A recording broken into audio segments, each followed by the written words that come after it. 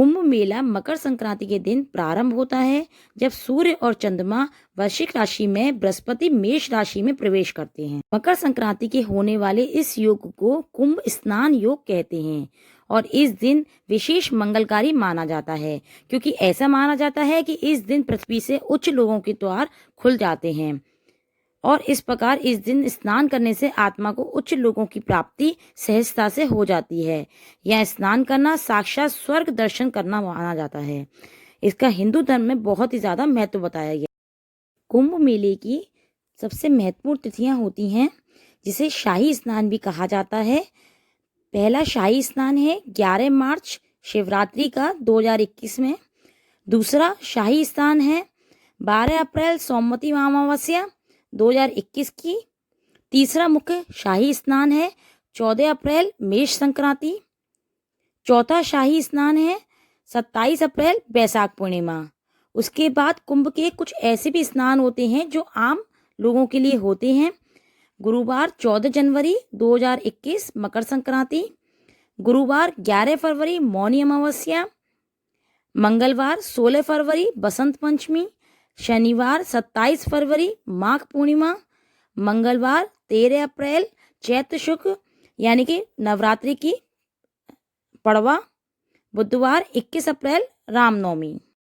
कुंभ पर्व के आयोजन को लेकर 2-3 पौराणिक कथाएं प्रचलित हैं, जिनमें से शाब्दिक मान्य कथा देव दानवों द्वारा समुद्र मंथन से प्राप्त अमृत कुंभ से अमृत बूंदें गिरने को लेकर हैं। इस कथा के अनुसार महर्षि दुर्वासा के शाप के कारण जब इंद्र और अन्य देवता कमजोर हो गए तो दैत्यों ने देवताओं पर आक्रमण कर उन्हें परास्त कर दिया। तब सब देवता मिलकर भगवान विष्णु के पास गए और उन्हें सारा वृत्तांत सुनाया। तब भगवान विष्णु ने उन्हें दैत्यों के साथ मिलकर क्षीर सागर का मंथन करके अमृत निकलने की सलाह दी। भगवान विष्णु के ऐसा कहने पर संपूर्ण देवता दैत्यों के साथ संधि करके अमृत निकालने के यत्न में लग गए। अमृत कुंभ के निकलते ही देवताओं के इशारे से इंद्रपुत्र जयंत अमृत कलश को लेकर आकाश में उड़ गए। उसके बाद दैत्य गुरु शुक्राचार्य के आदेशानुसार दैत्यों ने अमृत को वापस पाने के लिए जयंत का पीछा किया और घोर परिश्रम के बाद उन्होंने बीच रास्ते में जयंत को पकड़ लिया।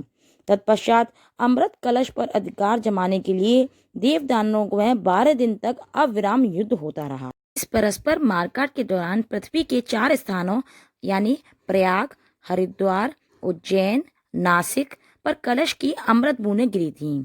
उस समय चंद्रमा ने घट के प्रसवर्ण होने से, सूर्य ने घट फूटने से, गुरु ने दैत्यों के अपहरण से और शनि ने देवेंद्र के भय से घट की रक्षा की।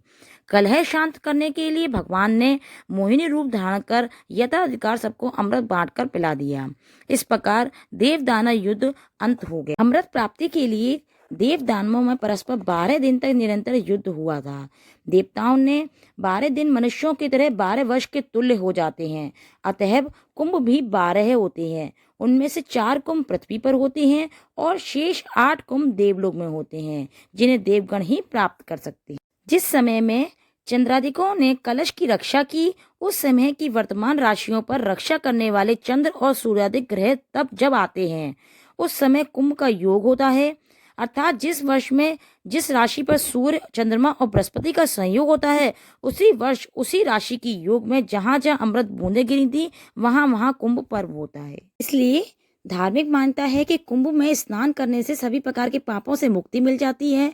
यहाँ स्नान करने से व्यक्ति को मोक्ष प्राप्त होता है। साथ ही साथ कुंभ में स्नान करने से पितृदोष से भी मुक्ति मिलती है।